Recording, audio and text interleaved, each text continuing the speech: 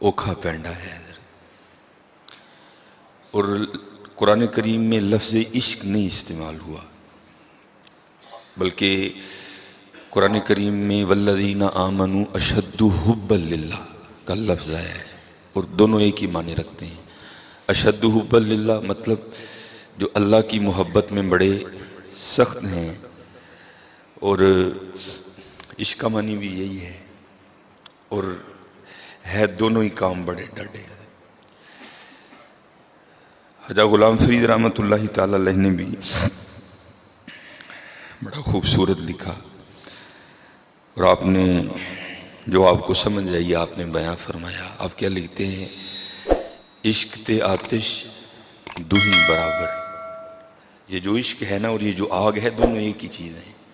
عشق تے آتش دوہی برابر، ہوئے تاں اتھے عشق دا کھیرا، اگ ساڑے ککھ تے کنیڑا تے عشق ساڑے دل جیڑا۔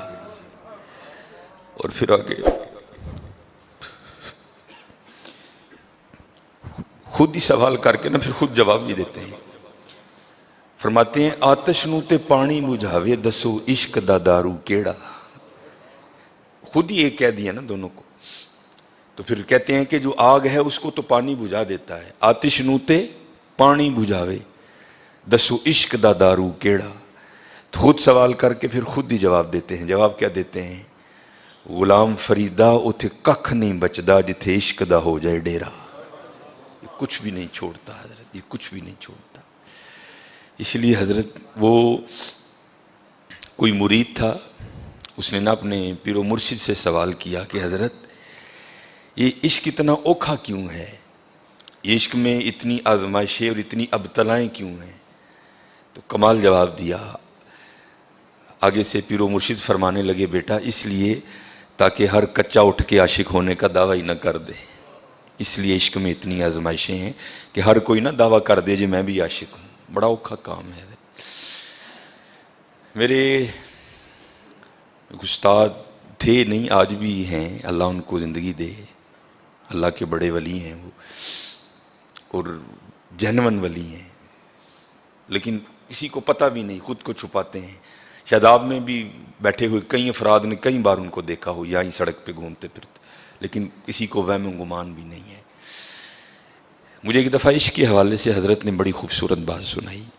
اب کہتے ہیں میں لاہور زیر تعلیم تھا، پڑھ رہا تھا، تو اب مجھے نہیں یاد کہ انہوں نے جمعرات کا یا بدھ کا، ویسے میرا گمان ہے کہ شاید بدھ ہی تھا، کہ بدھ کو نا داتا حضور نیچے پہلے محفل سما ہوتی تھی، قوالی ہوتی تھی، تو حضرت ہو محفل سما اور ہو داتا حضور، تو پھر کیا کیفیت پیدا ہوتی ہوگی حضرت۔ تو کہتے میں بھی نا اس محفل سما میں موجود تھا، کچھ پڑھنے والے نے ایسا پڑھا، کچھ ماحول بڑا پاکیزہ، سید علی بن عثمان حجویری کا مزار مبارک، کہتے کچھ ایسی کیفیت طاری ہوئی، کچھ ایسا غلبہ آیا، کہتے میں اوپر نہ مزار پر گیا اور وہاں اللہ جل شانہ کی بارگاہ میں نے عرض کی یا اللہ آج تو بعد بس تم، نہ دنیا نہ جنت نہ حور و قصور، صرف تو ہی چاہیے، باقی مجھے کسی چیز کی طلب نہیں۔ یہ تو حضرت بہت بڑا دعویٰ تھا نا، یہ کوئی چھوٹا دعویٰ نہیں، ترک ما سوا اللہ، بہت بڑا دعویٰ ہے حضرت۔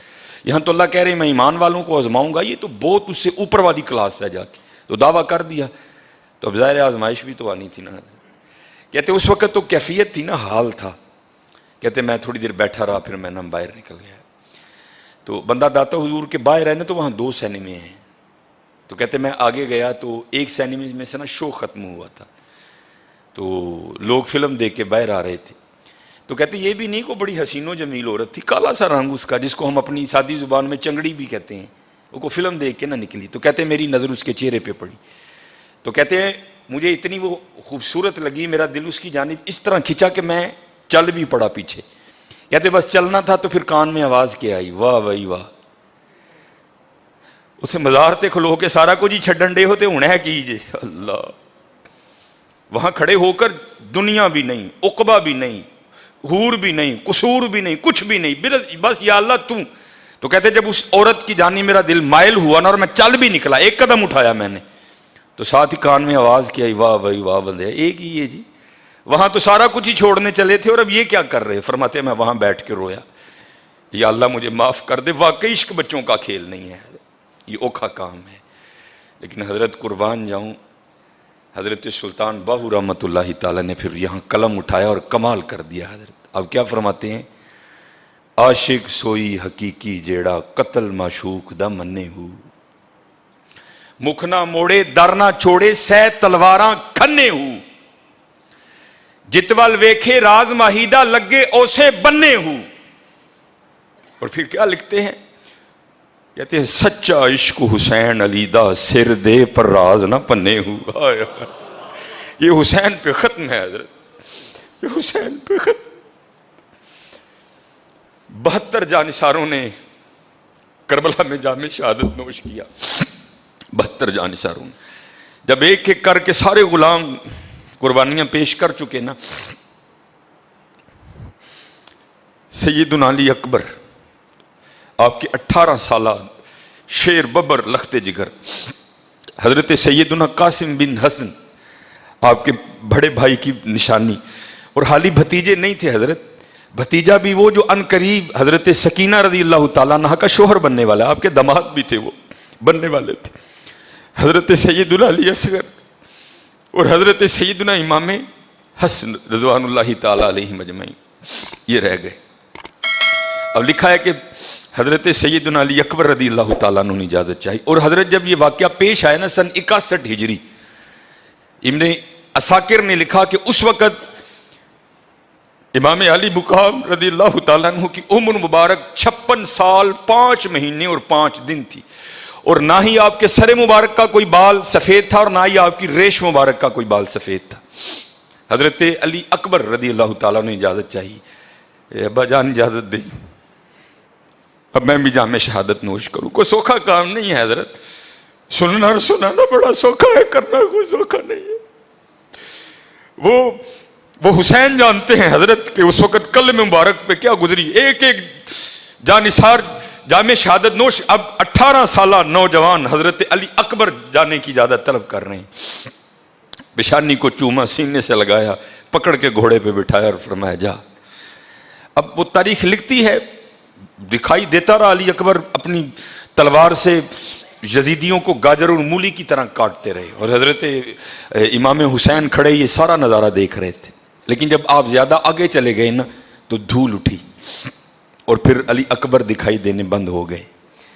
پھر لکھتا ہے لکھنے والا مورخ ابن عساکر کہ تھوڑی دیر بعد نا امام علی مقام کے لخت جگر علی اکبر واپس آئے اور آ کر عرض کی ابا جان اب پیاس جان نکال رہی ہے، اگر تھوڑا سا پانی مل جائے تو پھر ایک دفعہ دکھاؤں کہ علی کے شہزادے کرتے کیا ہیں۔ آپ نے فرمایا بیٹا پانی تو نہیں ہے۔ آپ نے اپنی سوکھی زبان نکالی، فرمایا یہی چوس لے۔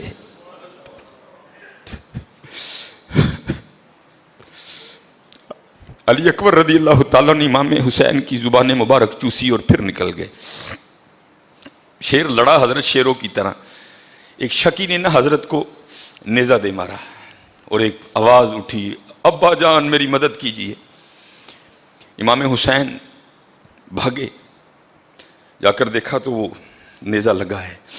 عرض کی ابا جی کبھی آپ نیزہ نکال دیں نا تو میں اٹھ کر پھر لڑوں۔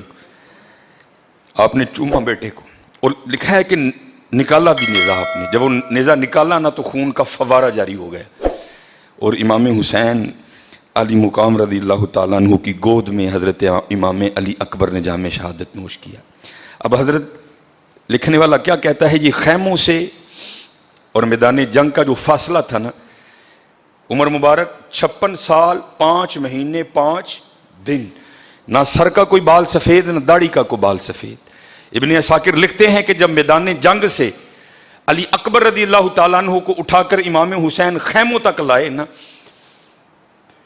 تو سر مبارک اور داڑھی مبارک کے سارے بال سفید ہو چکے تھے۔ اللہ، کوئی بال کالا نہیں رہا تھا، سارے بال سفید ہو گئے تھے۔ میدان جنگ سے خیموں تک کا فاصلہ اپنے 17 سالہ 18 سالہ لخت جگر امام حسین نے جب علی اکبر کو اٹھا کے طے کیا نا تو 56 سال 5 ماہ 5 دن کوئی بال سفید نہیں، لیکن خیموں تک آتے آتے امام علی مقام کے داڑھی اور سر کے سارے بال سفید ہو گئے تھے۔ اس لیے حضرت باہو نے کیا لکھا تھا؟ عاشق سوئی حقیقی جیڑا قتل معشوق دا منی ہو، مکھ نہ موڑے در نہ چھوڑے سہ تلواراں کھنے ہو، جتوال ویکھے راز ماہیدہ لگے اسے بننے ہو، سچا عشق حسین علی دا سر دے پر راز نہ پنے ہو۔ یہ حضرت یونی کا ظرف تھا حضرت، یہ عاشقی کوئی بچوں کا کھیل نہیں ہے حضرت، یہ بڑا اوکھا کام ہے۔ اب بس دعا کریں اللہ ہمیں معاف کر دے، اللہ ہمیں معاف کر دے۔ یہ بڑا اور اوکھا اسے لگتا ہے حضرت جس کی لگی نہیں، جس کی لگ جائے پھر اس کو کہاں اوکھا لگتا ہے حضرت، اس کو کہاں اوکھا لگتا ہے۔ یہ حضور نبی کریم علیہ الصلوۃ والسلام کے ماموں جان لگتے ہیں رشتے کے حوالے سے نا، بڑے جلیل القدر صحابی حضرت سعد بن نبی وقاص رضی اللہ تعالیٰ، اور نبی علیہ الصلوۃ والسلام کی بڑی نظر کرم تھی ان پر۔ میں نے ویسے تعداد مختلف پڑھی ہے کہ بعضوں نے 70 لکھا، بعضوں نے 1000 تک لکھا۔ میدان احد میں نا انہوں نے کھڑے ہو کر حضور پکڑاتے جاتے تھے اور یہ تیر فائر کرتے جاتے تھے۔ حضور اتنے خوش ہوئے کہ نبی علیہ السلام نے خوش ہو کر فرمایا اے سعد تجھ پر میرے ماں باپ فدا ہوں حضرت، اتنے حضور خوش، اور ساتھ دعا بھی دی